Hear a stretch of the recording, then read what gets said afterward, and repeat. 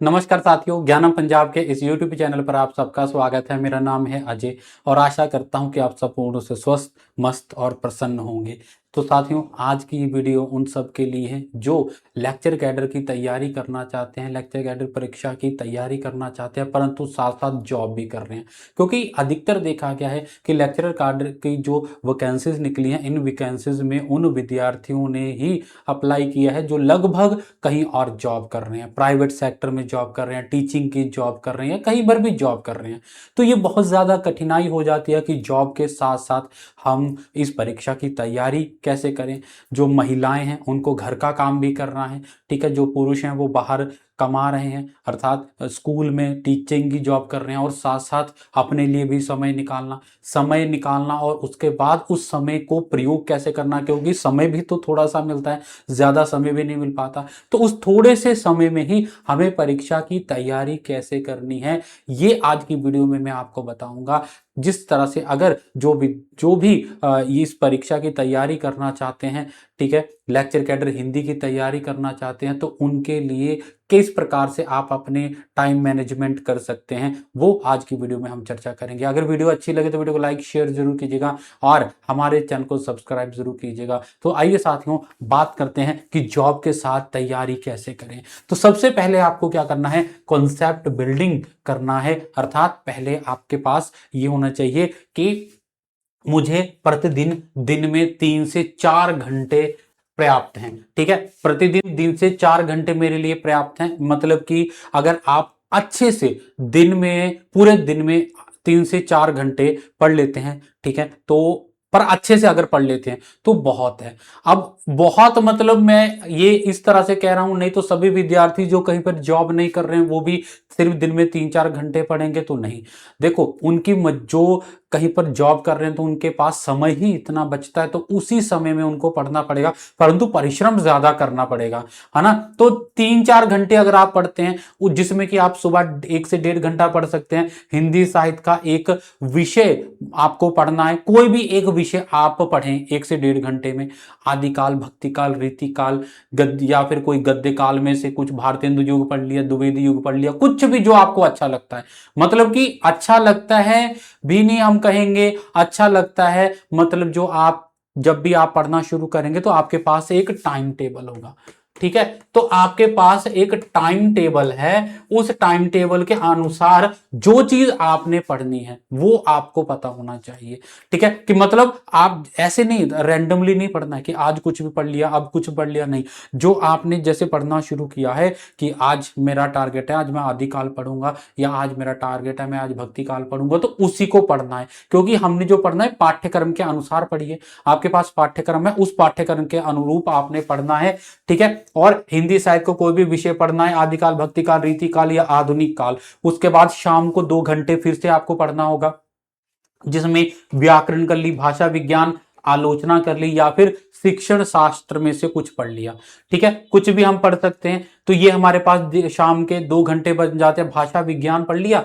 आलोचना पढ़ ली, हिंदी आलोचना पढ़ ली, ठीक है। व्याकरण में से कोई भी विषय पढ़ सकते हैं, संधि समास, कुछ भी जो आपको अच्छा लगे, ठीक है, वो हम पढ़ सकते हैं। तो शाम को 2 घंटे पढ़ लिए और रात को 30 मिनट आपने लगानी है, जिसमें कि आपको अपने शॉर्ट नोट्स बनाने हैं। अब शॉर्ट नोट्स कैसे बनाते हैं, इससे संबंधित मैंने वीडियो अपलोड की है, उस वीडियो को देख लीजिएगा। उस प्रकार से आपको शॉर्ट नोट बनाने हैं। और शॉर्ट नोट्स का क्या महत्व होता है ये भी आपको भली भांति पता होगा। जो नोट्स आप इधर उधर से पढ़ते हैं, जो नोट्स आपके पास विस्तृत रूप से हैं, वो नोट्स अंत समय में काम नहीं आते।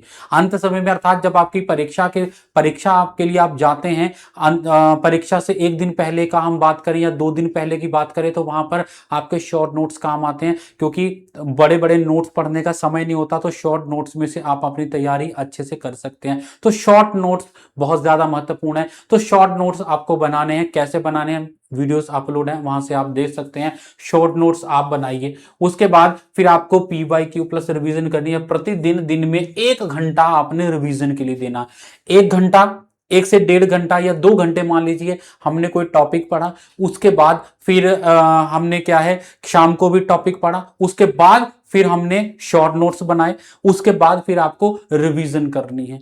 ठीक है, रिवीजन करनी है पीवाईक्यू से कीजिए, या आपके पास कोई मॉक टेस्ट है वहां से कीजिए, या आपने जो पूरा दिन पढ़ा है ना उससे संबंधित ही आपकी रिवीजन होनी चाहिए। जो आपने पूरा दिन पढ़ा है उससे संबंधित आपको कोई ना कोई टॉपिक पढ़ना है आपको। मतलब कि जो आपने टॉपिक पढ़ा, आदिकाल पढ़ा सुबह, शाम को आपने व्याकरण पढ़ी, तो उन आदिकाल और व्याकरण संबंधित कुछ एमसीक्यूज को सॉल्व कीजिए, रिवीजन करनी है और शॉर्ट नोट्स बनाने हैं। ठीक है, 1 घंटा आपने प्रीवियस पीवाईक्यू किया, 1.5 घंटा आपने सब्जेक्ट रिवीजन की, 1 घंटा मॉक टेस्ट प्रैक्टिस किया, और 30 मिनट आपको क्या करना है, गलत प्रश्नों की नोटबुक बनानी है। गलत प्रश्नों की नोटबुक मतलब जो प्रश्न आपके गलत हुए हैं, ताकि आप उनकी रिवीजन दोबारा फिर से कर सकें। उसको कहा जाता है गलत प्रश्नों की जो रिवीजन करनी है वो आपको, कि उनकी बार बार आप रिवीजन कर सकें, इसलिए आपको उसके नोट्स बनाने। उसके बाद ठीक है, फिर उसके बाद जब आपका एग्जाम नजदीक आ जाएगा उस समय आपको क्या करना है, केवल रिवीजन करनी है, फुल मॉक टेस्ट करने हैं, शॉर्ट नोट्स बनाने हैं, इंपॉर्टेंट फैक्ट्स इकट्ठे करने हैं। उसके बाद जो कवि हैं या जो भी रचनाकार हैं उनकी रचनाओं को याद करना है, और वन लाइनर ज्यादा से ज्यादा करना है। ठीक है, जो आपका जो अंतिम 30 से 40 दिन, मतलब कि जब जो वर्किंग में है, जॉब में है, तो जब 30 से 40 दिन आपके एग्जाम को, मतलब महीना 1.5 महीना पहले से आपने इन चीजों की तैयारी शुरू कर देनी है। ठीक है, इस तरह से अगर आप तैयारी करेंगे तो सफलता आपको मिल जाएगी। ठीक है, उसके बाद आपका डेली का टाइम टेबल क्या लेना चाहिए। अंत में हम कहें कि डेली के टाइम टेबल की बात करें तो किस प्रकार का होना चाहिए। जैसे कि मान लीजिए, मैं उदाहरण दे रहा हूं, आप बाकी समय अपने अनुसार ही आप समय को निर्धारित करेंगे। ठीक है, जैसे कि सुबह 5:30 से 7 बजे, ठीक है, आप एक शिफ्ट लगाइए, सुबह 5:30 से 7 पढ़ लीजिए। अगर कोई जल्दी स्कूल जाता है, पढ़ाने जाता है, तो आप थोड़ा सा कष्ट है, 4 बजे उठ जाएं, 4 से 6 पढ़ लिया। उसके बाद आप फ्रेश हुए, अपना नहा धो के अपने कार्य पर गए। ठीक है, तो शिफ्ट को आगे पीछे कर सकते हैं अपने समय के अनुसार, जिसमें कि रिवीजन और थ्योरी। सुबह कोई थ्योरी पढ़ लीजिए, उसकी रिवीजन भी करनी है, जो आपने पढ़ा उसको रिवाइज भी करना है। फिर उसके बाद जब आपका ऑफिस या स्कूल में ब्रेक होता है, तो आप बोलोगे सर ब्रेक में भी हमें खाने नहीं दोगे। तो भाई अगर मान लीजिए आधे घंटे की ब्रेक है, तो उसमें 15 मिनट खाना खा लीजिए, थोड़ा सा जल्दी खा लीजिए, और 15 मिनट पढ़ना नहीं है, 15 मिनट आपने कोई वीडियो लेक्चर लगा लेना है किसी भी टॉपिक से संबंधित, 15 मिनट सुन लो। नहीं तो एमसीक्यूज आपको मिलते हैं, कोई आपको मॉक टेस्ट मिल जाएगा ऑनलाइन, उसको सॉल्व कर लो, बस ये काम करना है। क्योंकि देखो एक एक समय, एक एक मतलब बोलेंगे क्षण महत्वपूर्ण है, समय बहुत महत्वपूर्ण है। तो हम किसी भी हमारा प्रयास रहता है, एक तो देखो आप लोगों को वैसे समय बहुत कम मिल रहा है क्योंकि आप लोग जॉब कर रहे हैं, तो उसके साथ साथ फिर अगर हम समय बर्बाद करेंगे तो फिर नहीं बचेगा, है ना। इसलिए इसीलिए मैं ये नहीं कह रहा कि नौकरी छोड़ो, बिल्कुल नौकरी नहीं छोड़ी जा सकती, है ना। नौकरी छोड़ देंगे तो घर परिवार कैसे चलेगा। इसलिए नौकरी करते करते भी हमें पढ़ना है। जैसे रील्स देखने के लिए टाइम निकल जाता है ना, तो आप रील्स के माध्यम से भी पढ़ सकते हैं। आप टेलीग्राम पे चैनल्स को सब्सक्राइब कर लीजिए, टेलीग्राम पे चैनल्स, फेसबुक पे आप हिंदी साहित्य से संबंधित चैनल को सब्सक्राइब कर लीजिए। जब आप रील्स देख रहे हैं तो अपने आप फेसबुक की जब रील्स लाएंगे ना, तो वही चैनल, इंस्टाग्राम पे चैनल्स हैं उनको सब्सक्राइब कर लीजिए। कुछ ना कुछ आपको हिंदी से संबंधित देखने को मिलेगा, वो भी आपको काम आएगा। ठीक है, रील्स भी वैसे ही देखनी है हमने। उसके बाद फिर 20 से 30 मिनट में वन लाइनर कर लीजिए, है ना। आपके पास कोई बुक है तो ठीक है, नहीं तो ऑनलाइन बहुत कुछ सामान होता है, एक आपने बुक डाउनलोड कर ली, पीडीएफ डाउनलोड कर ली, उसमें से वन लाइनर करते रहे। नहीं तो अपने जो स्टाफ रूम है वहां पर एक बुक रखी, उस बुक में से आप पढ़ते रहे।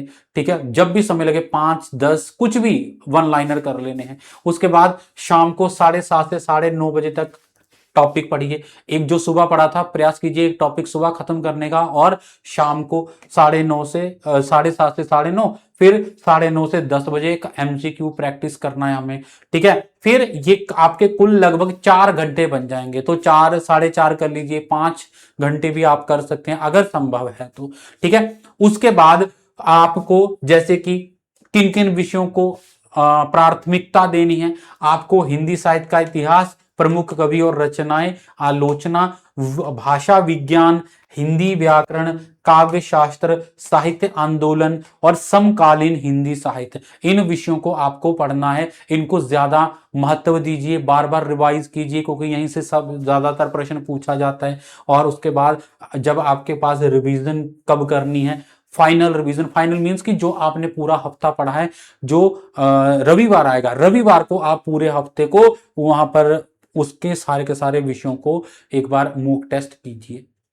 हर हफ्ते एक मॉक टेस्ट हमने देना है, पूरे का पूरा मॉक टेस्ट, और प्रयास कीजिए जितना समय आपको मॉक टेस्ट के में दिया गया उतने समय में आपको अपना मॉक टेस्ट खत्म भी करना है। फुल लेंथ मॉक टेस्ट आपको लगाना है, ठीक है, और आपको अच्छे अंक प्राप्त करने हैं, ठीक है। तो प्रयास कीजिएगा 2 बार आपका सिलेबस रिवाइज हो जाए, 3 बार शॉर्ट नोट्स आपके रिवाइज हो जाएं, ठीक है। 10 से 15 मॉक टेस्ट आप लगा चुके हो और 3 से 5,000 या 2 से 3,000 प्रश्न आप पढ़ चुके हो, ठीक है। और PYQs को अगर आप सॉल्व कर चुके हैं तो इस प्रकार से आप अपनी तैयारी करके अच्छे अंक प्राप्त कर सकते हैं। तो ये मेरा एक छोटा सा प्रयास था, आपको सुझाव था कि आप इस प्रकार से आप अपनी तैयारी कर सकते हैं। जो इन सर्विस हैं, इन सर्विस वालों के लिए ये एक छोटा सा मैंने सोचा कि इस तरह से ये विद्यार्थी एडजस्ट कर सकते हैं। क्योंकि जैसे मान लीजिए अभी हम जॉब में हैं तो हमें अगर पढ़ना हो तो हम किस प्रकार से पढ़ेंगे, इसी प्रकार से पढ़ेंगे।